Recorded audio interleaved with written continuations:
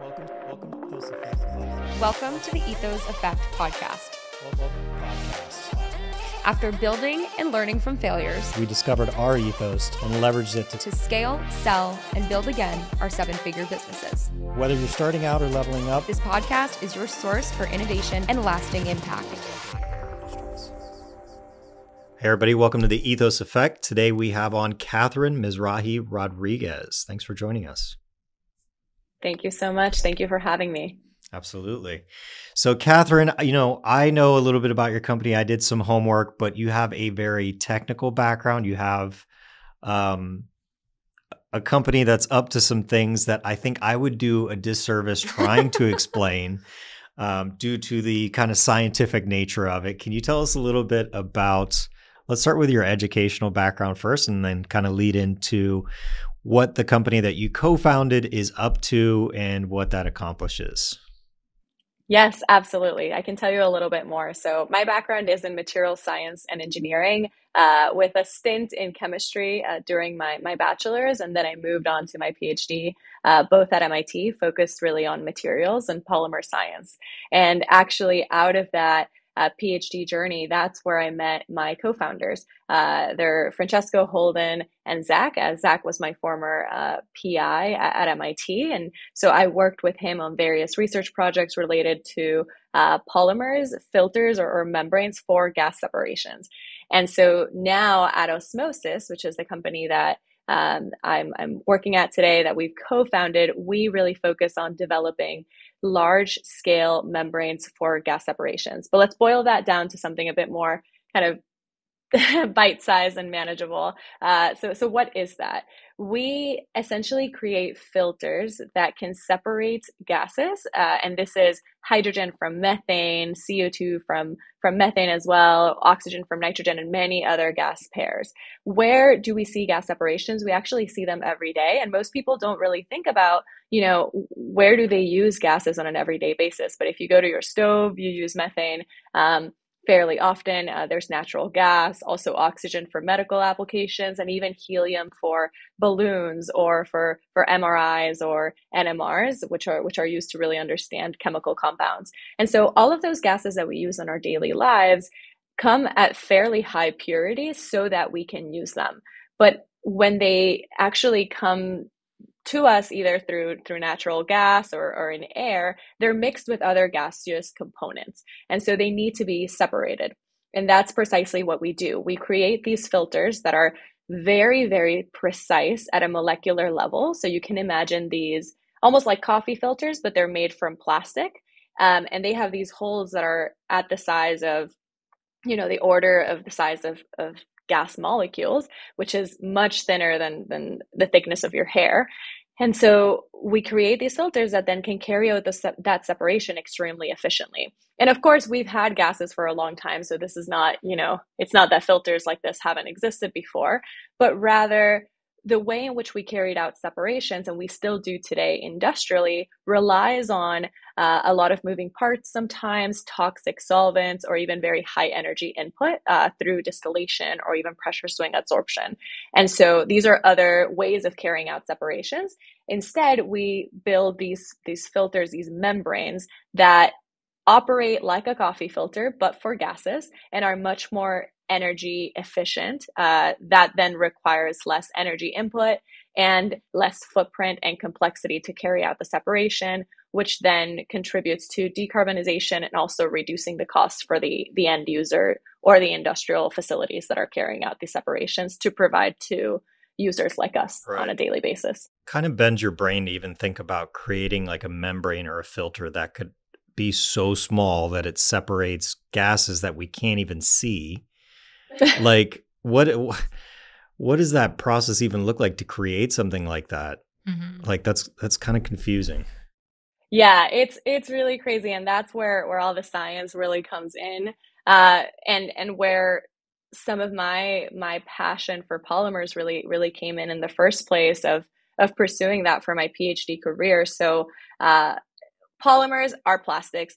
They're synonymous, and essentially they're these chemical structures that look like spaghetti, but at the molecular level. And so you can imagine when you put spaghetti in a plate, there's holes within the spaghetti strands that are created. And these are called free volume elements. And so at a molecular level, when you essentially mix a lot of polymer chains together, you then create that porosity, but at the molecular level. And that is what enables that filtration to happen, because we are solidifying, or I guess densifying, a polymer into a film or a filter, and then creating those free volume elements within that filter to carry out the separation. Now, there are many plastics that we use on an everyday basis. You can think of your garbage bags, or your phone. There's many different types of plastics out there.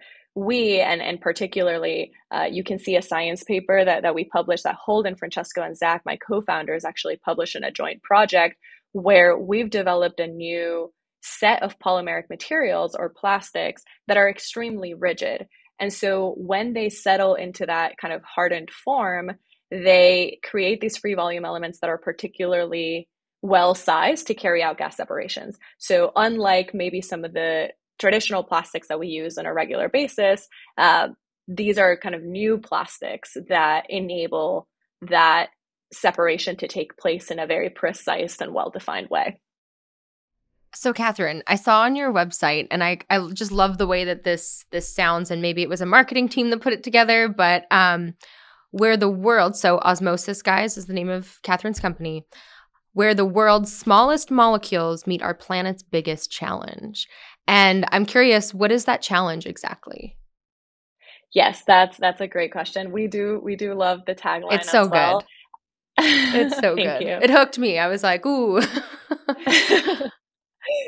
So the challenge, so what are we really looking at? And there's been so much of a conversation around decarbonization, how much energy we're using, global warming, et cetera. And that is really a contribution of how we use energy on a day-to-day basis. So not only what do we contribute to CO2 emissions when we fly or when we travel, but also how are industrial processes impacting the evolution of greenhouse gas emissions, and then that leading to global warming. So that is a huge challenge. There's about 15% of energy consumption that actually comes from separations, from industrial separations, on an everyday basis. And so most people aren't really thinking about those separations or where their gases come from, but there's a huge contribution to emissions and also to overall just separation costs. We spend about, I think, 15 to 16% of the energy that we make in carrying out those separations. So we're making energy, but then we're kind of spending it to separate things so that then we can use them. And so the challenge that we see is, as we look to decarbonize and to develop new green molecules, or low carbon molecules for the energy future, like hydrogen or even renewable natural gas, we have to think about how are these gases processed and how can we contribute to reducing the energy embedded within that processing. Because the reality is that, there's new hydrogen production processes through electrolysis or pyrolysis, et cetera, but they still require separations because it's just part of the processing scheme.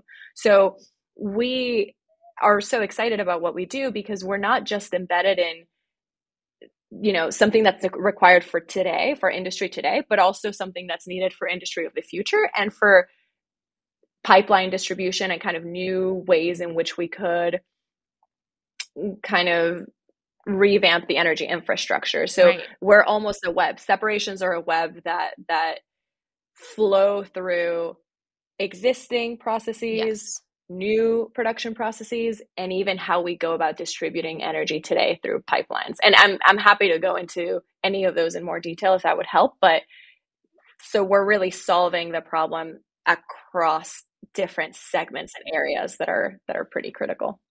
That's fascinating. And you really don't think about, like as these new processes are developed for how we consume energy in the future, the fact that just those processes alone have an emission impact. And like, that's what I hear you saying, at least, like that's where you guys are really going to drive a difference. And I think it's very, very cool from a business perspective to be able to say, we're solving today's problem and tomorrow's problem, right? Like we're going to be relevant forever. And that's kind of how I feel like even sometimes with our business, like we solve healthcare or the fraud, waste, and abuse within healthcare, if you will, for the 181 million Americans that get their healthcare through their employer.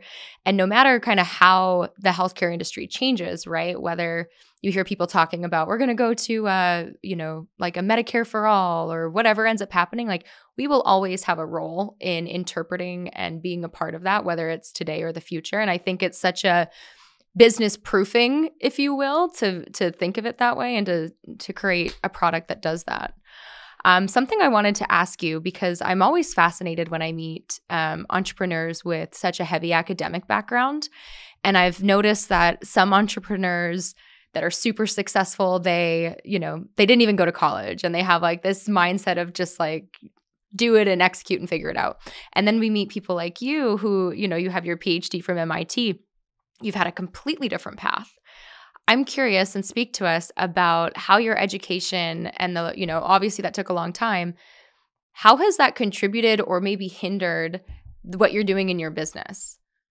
That's a great question. Thank you for asking. And really, I mean, I think this is a very particular situation where I've co-founded a business that is focused on exactly what I studied for my PhD. And so I have this deep technical expertise that is extremely helpful within the company, even when I'm not, the person doing technical stuff every day. And so from that perspective, it's extremely helpful. And then thinking about just our journey of starting the company and how MIT helped, I would say there's been a huge ecosystem of support that we've seen through being embedded within the Cambridge and greater Boston area for clean tech that has in some ways stemmed out of the fact that we all met at MIT. One of our co-founders also was at Stanford. And so we were embedded in the NSF, the National Science Foundation I-Corps program, where we did a lot of interviews for understanding product market fit. We also, through the Activate program that two of my co-founders were part of, we really were supported in understanding how do you build a business? What are some of the key criteria that you need to think about as you're founding a company directly from the lab? Because we recognize that there are gaps in that industry experience, and understanding is critical to build a scalable company. And so I guess in one hand, we've been really lucky to have had all of that support from the MIT ecosystem. Even the Engine, one of our primary investors, is in the bottom of tagline of the Engine logo, it says built by MIT, because it's something that stemmed out of an idea from President Raphael Reif, who thought, okay, we really want to bridge the gap between innovation in the lab to commercialization.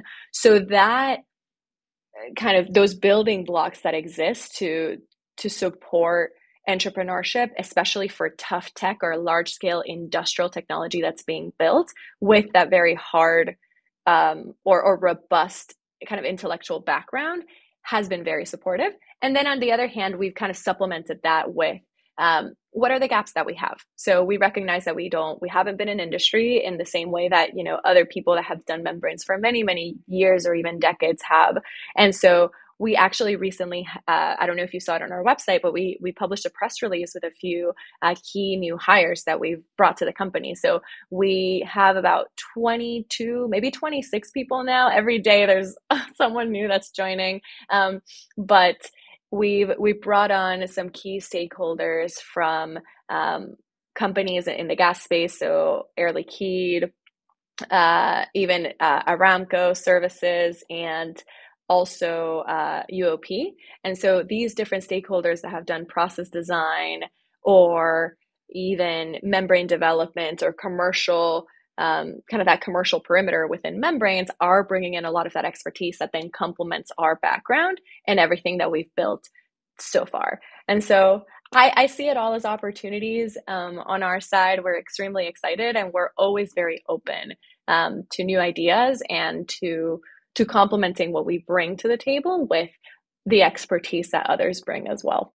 I love the collaborative nature and also just the authenticity and almost vulnerability to like look at you and your co-founders and be like, okay, cool. So we've got this really technical knowledge and we know how to apply it. We've got MIT and these building blocks and some funding and all those things that come along with that community. However, there's still gaps. And being able to recognize that as, I think, as young entrepreneurs, as opposed to, we might have been this way ourselves, and we've spoken to a lot of entrepreneurs when they're younger, they're just bulldozing down through walls and like, if I can't do it, nobody can, right? So I think it speaks volumes that you guys are very strengths-based, right? And you're willing to see like where we need to ultimately fill some gaps. So kudos to you, because that's kind of a lesson I think entrepreneurs tend to learn a little bit later.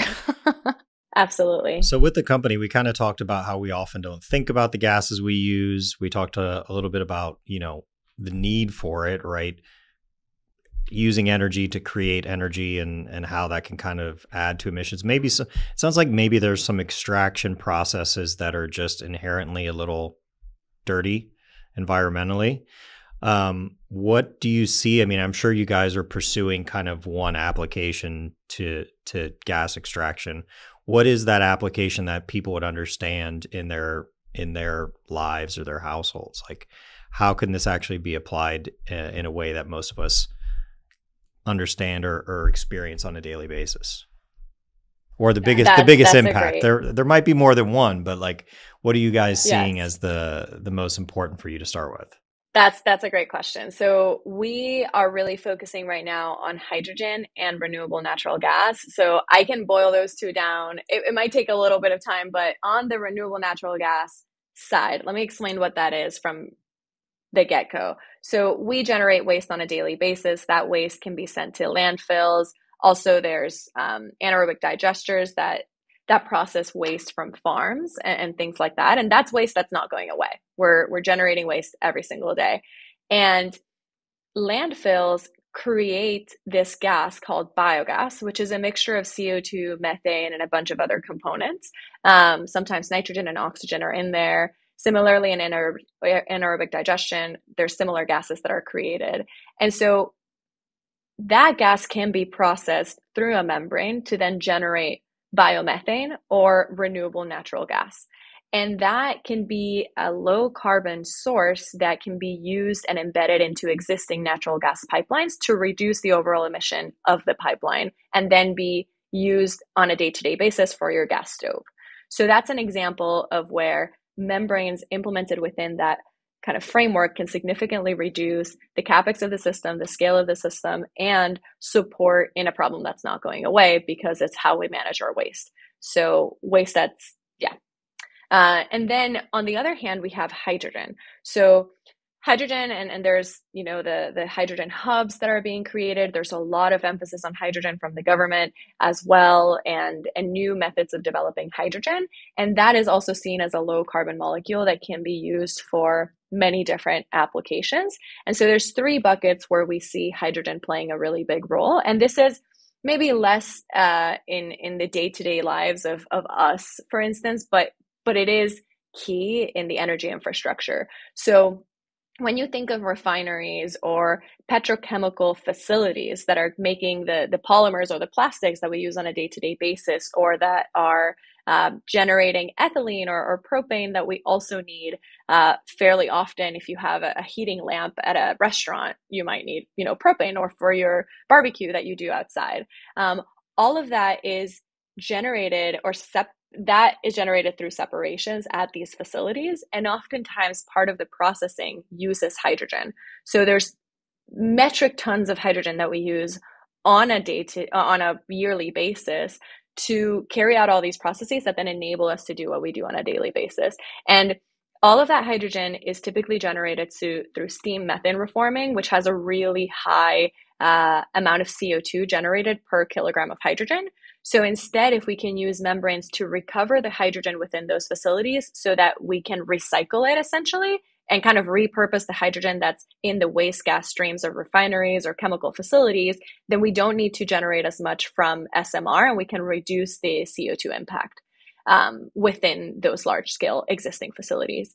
Then in the middle, we have thinking about, again, new hydrogen generation. So through pyrolysis or even geologic hydrogen wells, all new sources of hydrogen where we also play a role. And then the final point is thinking about how, if we create all this hydrogen that we might need, or that could be used to repurpose partially natural gas, how would we transport it? And so thinking about embedding hydrogen into existing natural gas pipelines and then having to deblend it or separate the hydrogen from methane for the point of use customer, that's an area where our membranes play a role as well. So those are a bit more kind of higher level because, we're not thinking about pipelines every day, but it really goes all the way from the renewable natural gas to the industrial facilities to the pipeline networks that are underneath us. That is super interesting. I had a question about future growth. So obviously you guys are solving a lot of problems in a really unique way. And as we discussed earlier, it's going to be impactful right away and obviously for the future, no matter which way our world goes, right? So tell me a little bit about plans for scaling. Do you guys have you sat down and said this is the company we want to be in 5 years? And what does that look like to you? That's a great question. And yes, we're thinking about scaling all the time. I would say in the near term, what are we most excited about is piloting. So we recently got a pilot grant from the Natural Gas Innovation Fund in Canada to run a pilot in renewable natural gas, which will be one of our first pilots in 2025. And so the way I know we've talked a lot about kind of the polymers and the filters, but this all needs to be translated into a commercial product that actually looks like a cartridge. You can imagine almost like a printer cartridge, but that goes into the printer is the separation system, and then the cartridge is the membranes, but you need a lot of different cartridges. So one of the goals near term that we have is really getting that cartridge up to speed to be at a kind of a commercial or performing at a commercial level, and then bringing that cartridge to the field and testing with customers with real gas in the field, proving out that performance so that then we can move to system pilots and then eventually to commercial systems that can be small scale when you're thinking of an anaerobic digester in a renewable natural gas facility, which is not that big, or even larger scale for large scale petrochemical facilities or other larger gas streams. So we're planning that out. We're very actively planning the initial pilot out now and doing a lot of those projections that we need to do, customer pipeline, thinking about how do we bring in the right stakeholders and the pool from the industry with the value that we create to then scale and maybe we'll need to move facilities, things like that. So those are all things we're thinking about on a constant cadence. That's kind of what I was thinking about because I'm thinking about the different applications and I'm trying to imagine this equipment or this membrane and I'm like, is it the size of a table or the size of a building? And I'm thinking about the different applications because obviously, if you're talking about landfills, you're going to have a system to capture that across a larger, I don't know. What is the best way to think about that with, I guess, your first pilot and your application? Are we talking a table or a building? Yes. So you can think of a large truck and fitting this system on the back of a truck. And so that's, the modules, depending, commercially, there are many different modules out there. The smallest ones you might see is 2 inches by 12 inches. And so that's fairly small. I guess I have a water bottle here, so probably something like this. But then when you're thinking larger scale, there's 4-inch diameter modules or 8-inch diameter by 40 inches. And that's just the module or the cartridge that goes into the system. When we're thinking about the pilot, it's going to be a simple skid that fits in the back of a truck that we could truck from site to site. And that would be more the size of a maybe large table, I guess. And then one of the beauties of membranes is that it's modular. So you create these skids and then you kind of stack them if you need to process more and more gas. And they're much smaller than large columns or, if you imagine a refinery with all the gas kind of coming out of the top and these very tall columns, the membranes are much smaller than that, which is one of their attractive points. So if you are getting this grant money from Canada, are you doing the actual pilot in Canada? Yes. Where will you guys be in Canada? So we're still solidifying the details. We have a few sites that we're discussing with, but looking very closely at Ontario and British Columbia. And Yeah, we're very excited about it and are talking to some potential partners in Canada to support in that process. I feel like Alberta would be so I'm from Calgary, Alberta, and it's all Oh, oil and gas. really? Yeah. And all of that. So I figured that was probably where you'd end up. And Donovan and I are going to be spending a lot of time there this summer. So I was like, oh, let me know when you're there. We'll have to grab a coffee. That's amazing. I don't know if you're actually going yourself, but anyways. We were just at the IGRC, the International Gas Research Conference, which was in Banff. And so I went to Calgary for the first time. Not a bad place for a conference, huh? It was really nice. Yes. It was very, very nice. And we, of course, met with some of the NGIF stakeholders and really there's some amazing work that's being done in emission reductions, through Emission Reductions Alberta, yes, in Canada to find ways of decarbonizing and reducing emissions. And so we see that as a huge opportunity to play a role in the Canadian market as it grows long term. A little bit of a political question, but hopefully not too divisive. Do you find that it's easier to work with countries like Canada that, the government is completely bought into renewable energy and the fact that climate change is real versus here in the US or any other countries?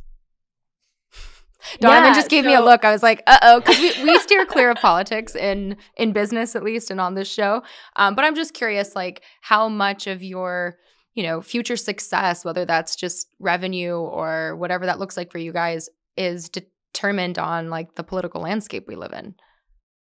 Yeah, that's a really great question. And even thinking about renewable natural gas, there are a lot of incentives associated with the sale and production of renewable natural gas. So there's RINs and there's LCFS, so low carbon fuel standard within California. If you sell the biogas in California, you can get a boost in how much you sell it for. And so that plays a really big role. There's also the IRA incentives that exist for hydrogen production and how much CO2 are you generating with the hydrogen that you create. And to us, and this goes back to maybe that ethos question of one of my key ethos points is collaborativeness and thinking about how can we all work together to address a broader challenge. And in climate change and decarbonization, there's the technical side.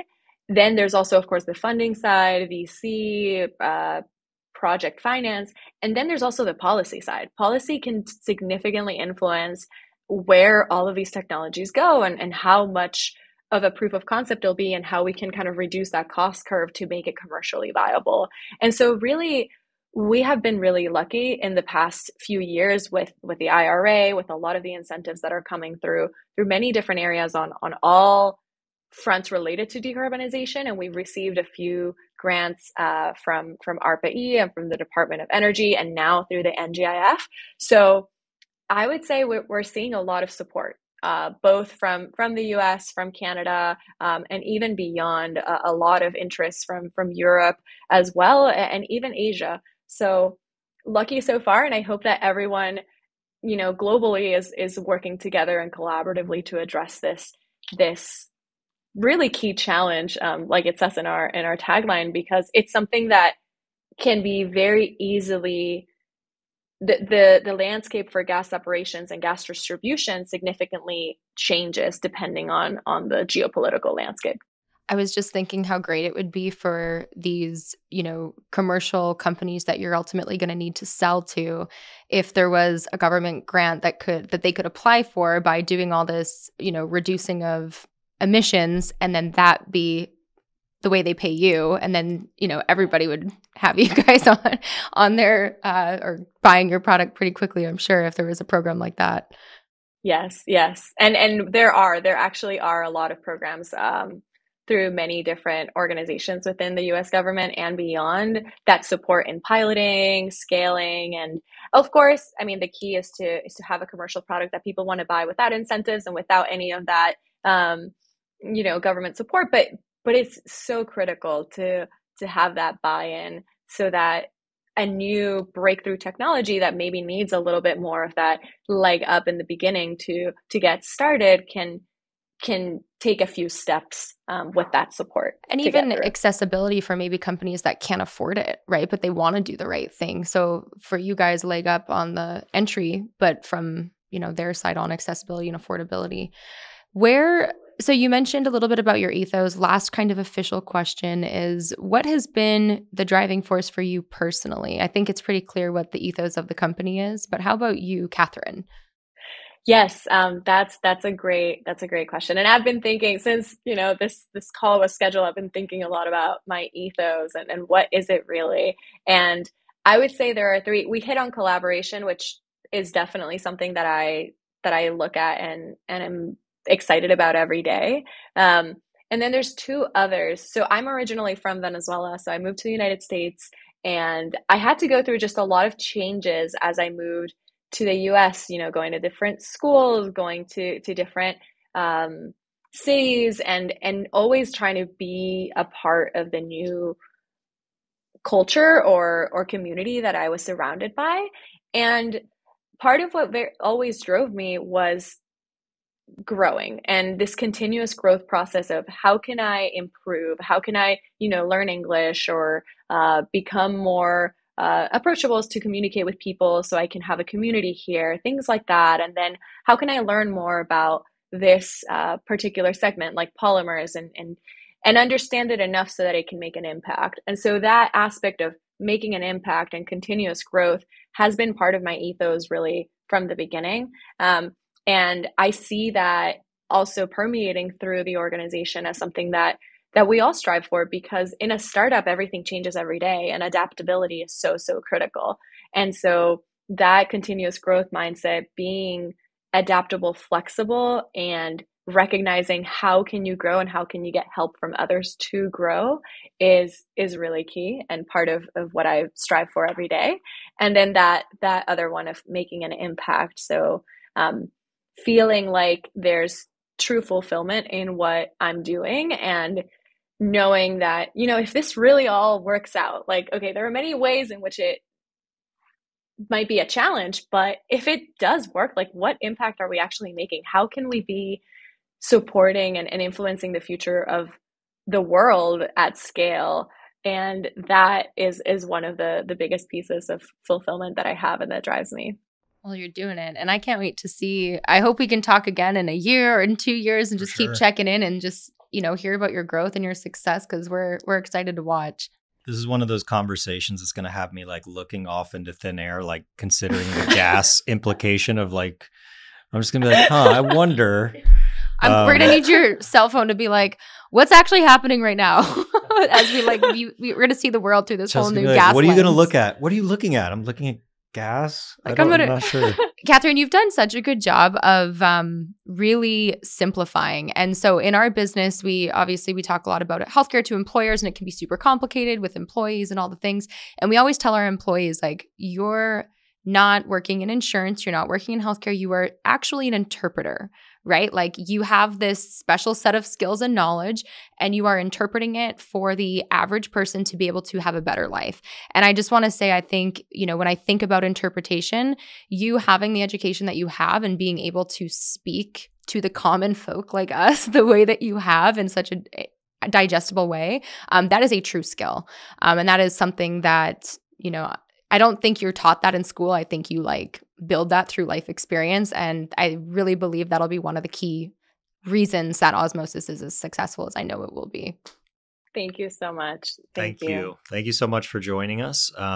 If the listeners wanted to kind of keep up with the journey of you or the company, where's the best place for them to look online? Definitely take a look at our website. We keep it updated, and our LinkedIn. So osmoses.com. So it's so OS, and then Moses.com with an E at the end, which sometimes confuses people.